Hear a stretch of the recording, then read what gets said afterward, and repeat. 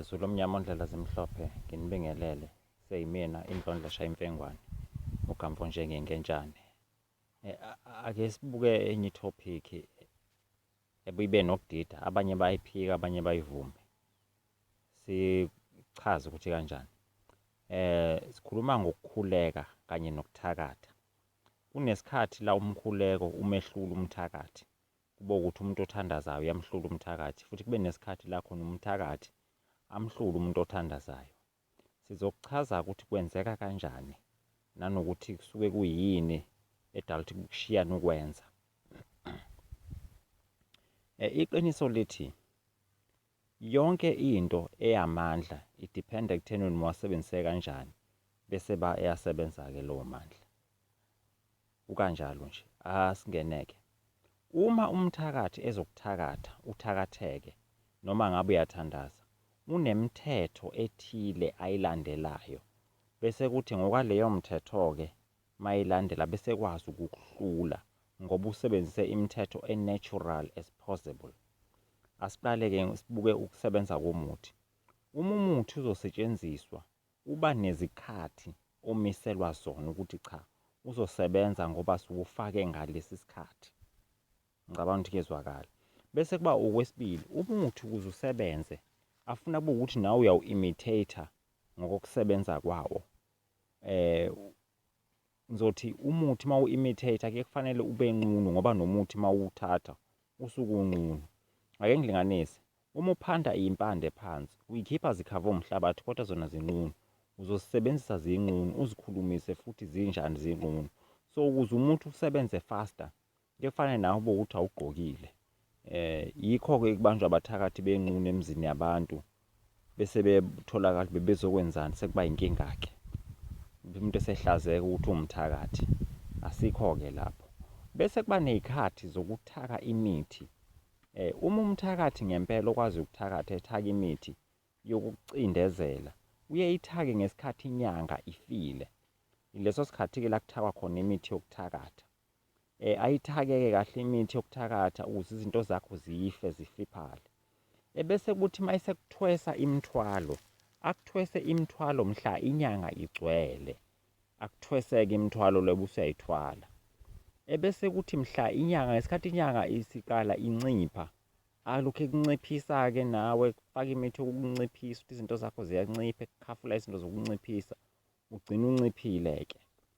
Kuba yinto ekanjalo. Bese kushiyana khona abangathakathi ukuthakatha komuthi kuphela, abathakatha besebenzise iy'lwane, bakuvusele iy'poki, bakuvusele eminye imimoya ongayazi ngoba ikhona eminye imimoya esebenzayo kodwa engeke silokhu sigagula-ke. Uma-ke sekukanjalo, bona mawufuna ukumgoba umthakathi, kuye kufanele 1, kube ukuthi makunesimo ongasiqondi empilweni yakho, ubathe into uyayizama, akulungi. Uthi mawuthi uzama ukufuna umsebenzi, ubone ukuthi no, bayaqashwa abantu left, right and center, kusale mina. So sekufanele phela nawe ungavele usukeleke uhambe ufuna isiwasho senhlanhla noma ufuna ukuthandaza ukuthi uzokwenza inkonzo ye-deliverance. No, awukwazi ukuzidiliva emoyeni ongayazi ukuthi imoya mina.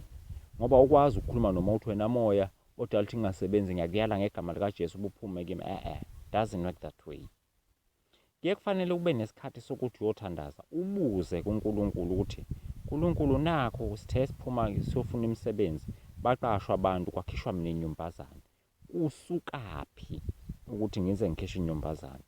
Lo bese livela-ke izwi laphakade likutshela ukuthi cha, lento isuka la nala nala nala.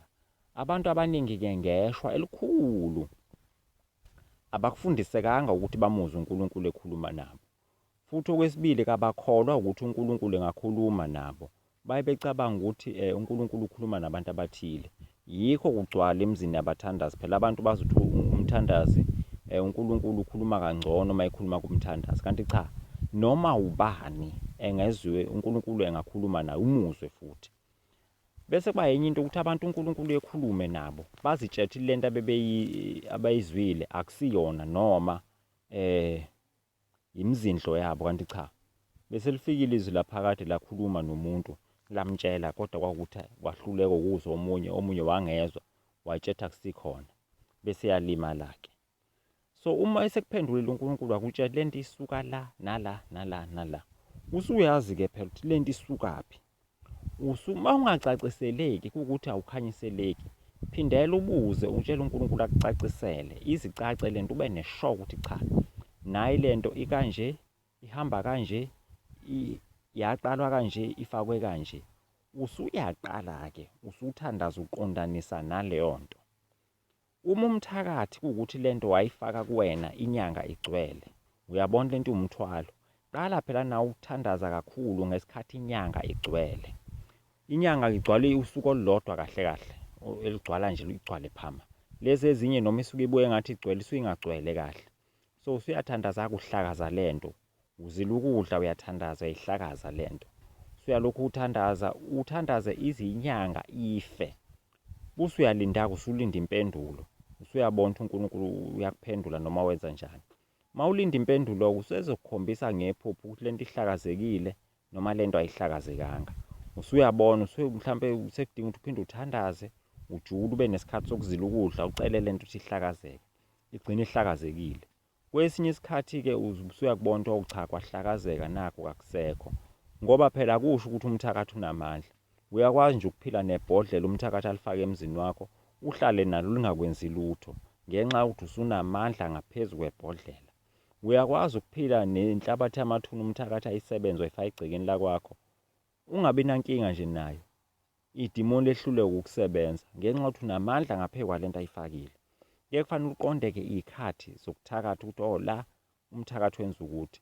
So yikho kubalulekile ukuthi uma uthandaza ube nesikhathi sokuzila ukudla, ube nesikhathi sokuqonda i-cosmology ukuthi isebenza kanjani, nendlela ukuthi uyazi imithetho yemvelo.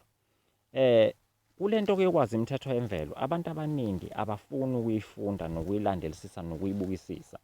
Kwala ngisho abantu batshela ukuthi awufunde imvelo izokufundisa yonke into ofuna ukuyazi. Cha, kabayenzi loo nto.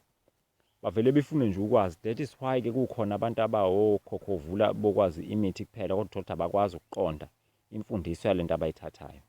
So umuthi kwawona uyakhuluma. Umuthi kwawona uyakutshela ukuthi mina ngizokwenza ukuthi nokuthi nokuthi bese ngigcina la. Bese kuya ngokuthaka-ke komuntu ukuthi sithake kanjani kathi sithakwa. So into kanjalo ukuze wazi ukuthi umuthi uzonqoba kanjani ngoba kwakhona ukuthi umuntu uthi uyathakatha. Kwesikhathi usuke ehlanganise imithi nje ethile namathambo ey'lwane thizeni, kwase kuvusa into ethile sizoba inkinga kuwena. Nawe uma usufuna ukuyihlakaza lento, afuna uthola into enamandla kunayo ezohlakaza lento. So angeke ngichaze kodwa nje ngizokulinganisela ngama-natural laws ongawa-observe phambi kwakho. Ake sithathe isilwane esifana nenhlwathi. Inhlwathi uma isizokubulala iba nethonya ekuthonya ngalo, uthi uthonyeke igcine kwazi ukukubulala kahle igwinye. Ake ngilinganise, uma inhlwathi isiphambi kwakho iba nephunga elimnandi, ibe nento ekuthonya ngathi ungalokhu uyibuka kanti cha, usuyadobeka impela isizokubamba kahle-ke. Uma uzobuka-ke inhlwathi inaleyo ability kanjalo, usuyabona ukuthi le ability singayithakathisa, masifuna ukuyithakathisa, singayenza futhi entweni yokuthi ibe usizo ekhaya. Ake siyithathe siyenze entweni ezoba usizo ekhaya. Uma ufuna ukwazi ukuthi isigubhu semali yini enye engena phakathi, inhlwathi iyangena phakathi, amafutha enhlwathi ayangena phakathi.